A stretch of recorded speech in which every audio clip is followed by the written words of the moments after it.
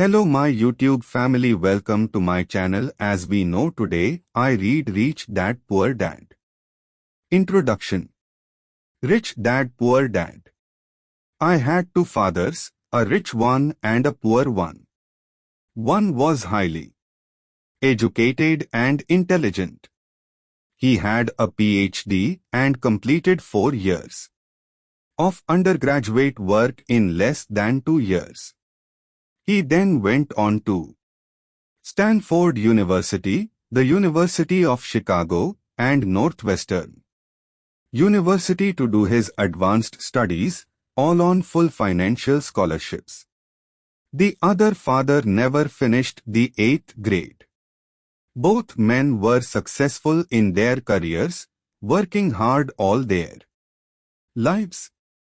Both earned substantial incomes. Yet one always struggled financially.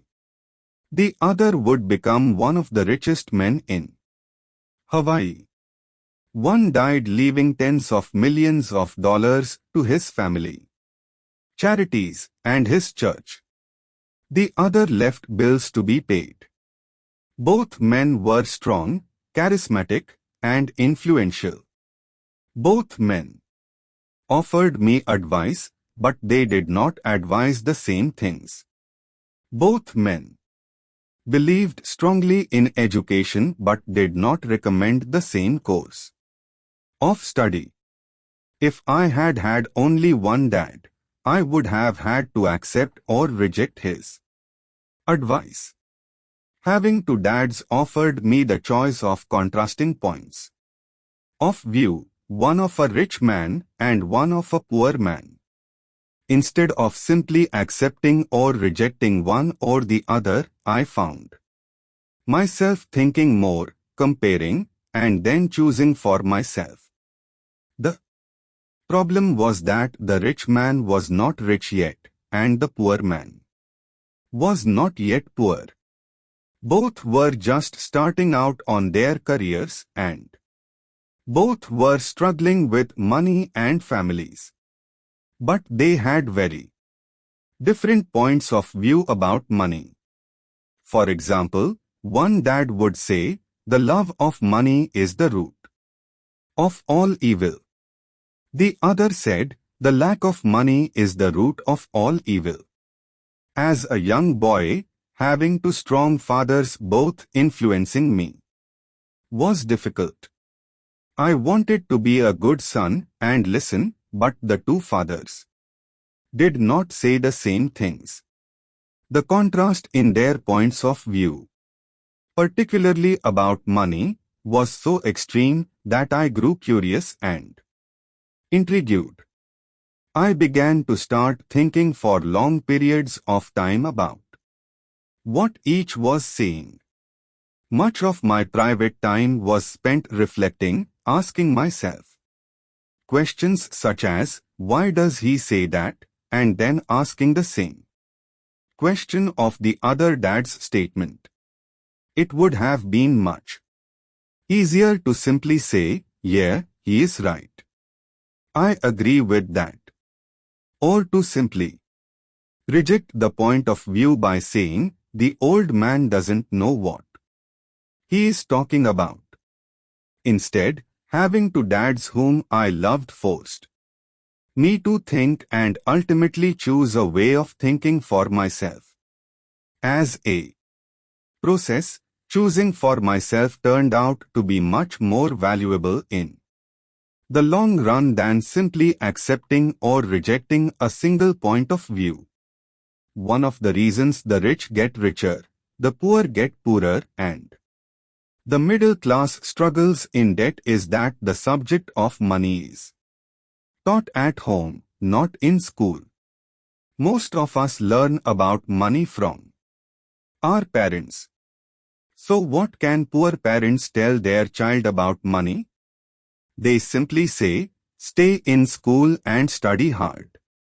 The child may graduate with excellent grades, but with a poor person's financial programming and mindset. Sadly, money is not taught in schools. Schools focus on scholastic and professional skills, but not on financial skills. This explains how smart bankers, doctors, and accountants who earned excellent grades may struggle financially all of their lives. Our staggering national debt is due in large part to highly educated politicians and government officials making financial decisions with little or no training in the subject of money. Today I often wonder what will soon happen when we have millions of people who need financial and medical assistance. They will be dependent upon their families or the government for financial support. What will happen when Medicare and Social Security run out of money? How will a nation survive if teaching children about money continues to be left to parents, most of whom will be or already are poor? Because I had two influential fathers, I learned from both of them. I had to think about each dad's advice, and in doing so, I gained valuable insight into the power and effect of one's thoughts on one's life. For example, one dad had a habit of saying, "I can't afford it." The other dad forbade those words to be used. He insisted I ask, "How can I afford it?" One is a statement, and the other is a question. One lets you off the hook, and the other forces you to think. My soon-to-be-rich dad would explain that by automatically saying the words "I can't afford it," your brain stops working. By asking the question "How can I afford it?" your brain is put to work. He did not mean that you should buy everything you want. He was fanatical about exercising your mind, the most powerful computer in the world. He'd say, "My brain gets stronger every day because I exercise it. The stronger it gets, the more money I can make." He believed that automatically saying "I can't afford it" was a sign of mental laziness. Although both dads worked hard, I noticed that one dad had a habit of putting his brain to sleep when it came to finances, and the other had a habit of exercising his brain.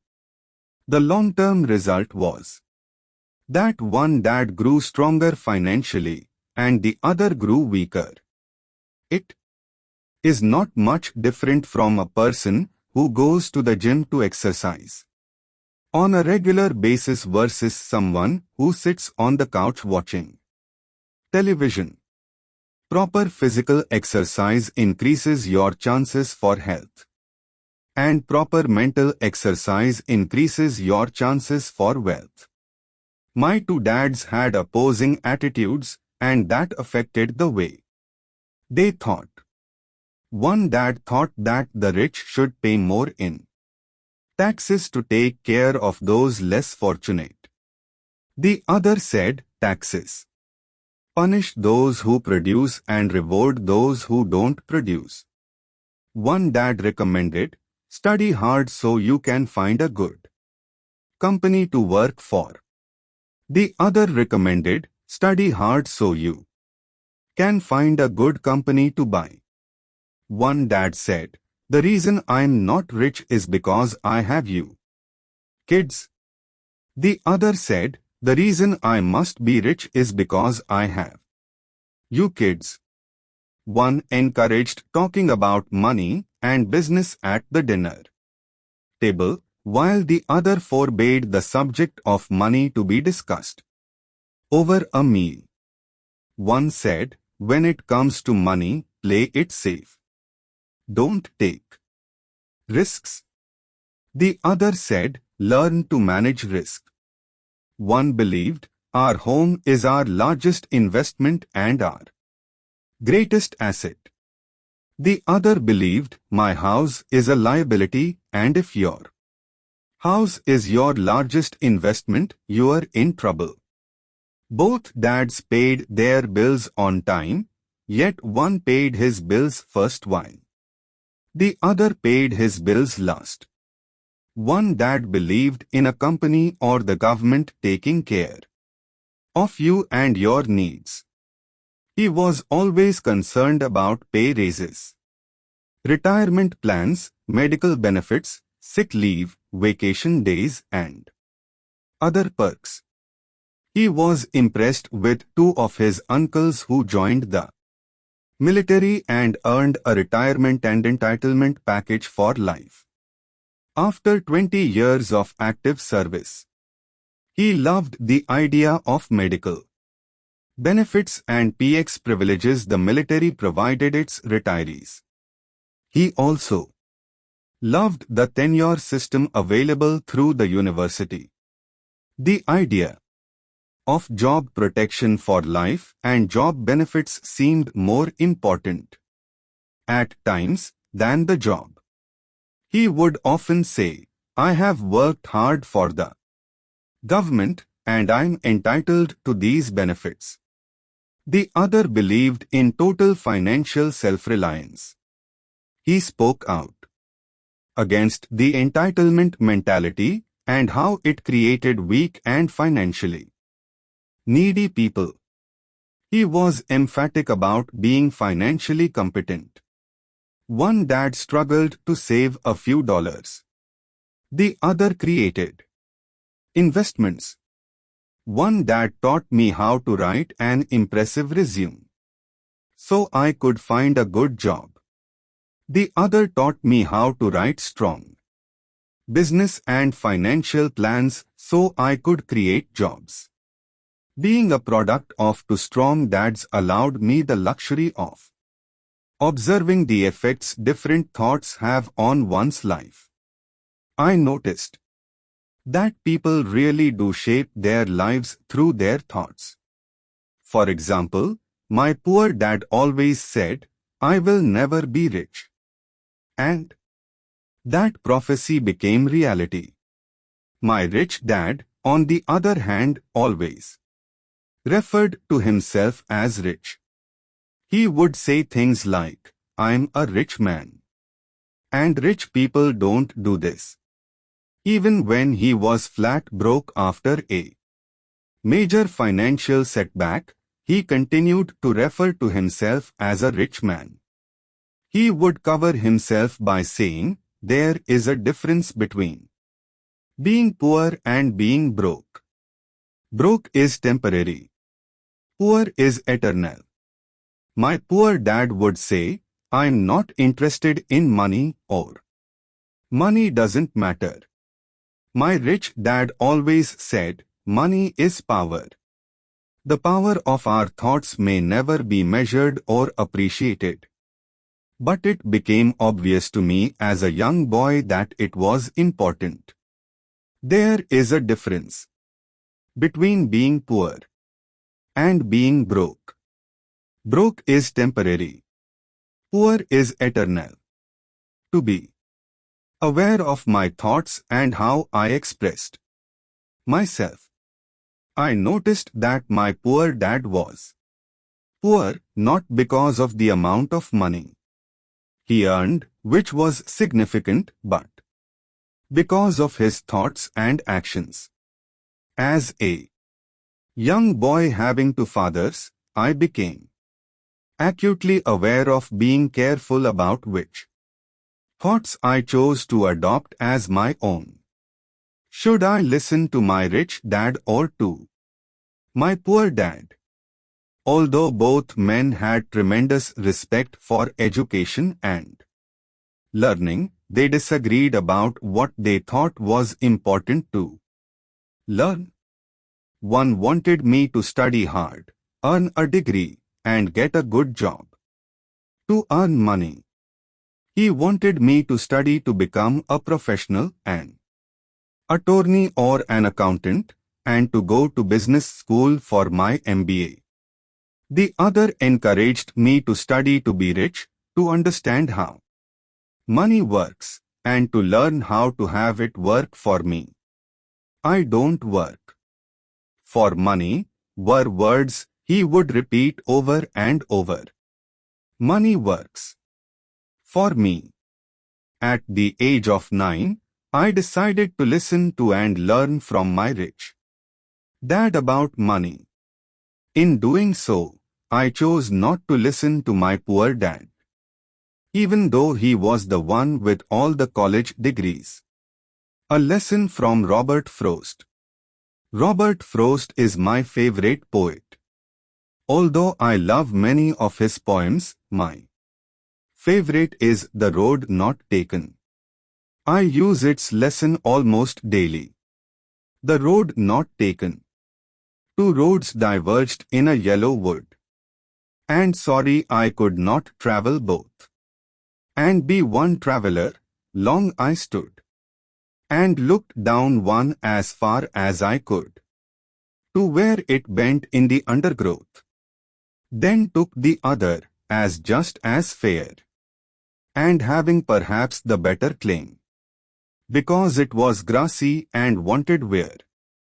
Though as for that the passing there had worn them really about the same, and both that morning equally lay in leaves no step had trodden black.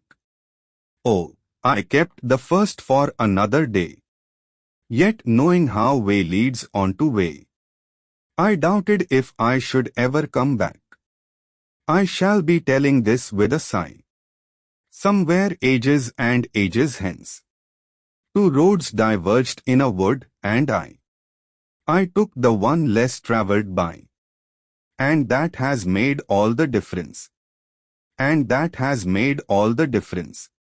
Over the years, I have often reflected upon Robert Frost's poem, choosing not to listen to my highly educated dad's advice and attitude about money was a painful decision, but it was a decision that shaped the rest of my life. Once I made up my mind about whom to listen to, my education about money began. My rich dad taught me over a period of 30 years, until I was 39 years old.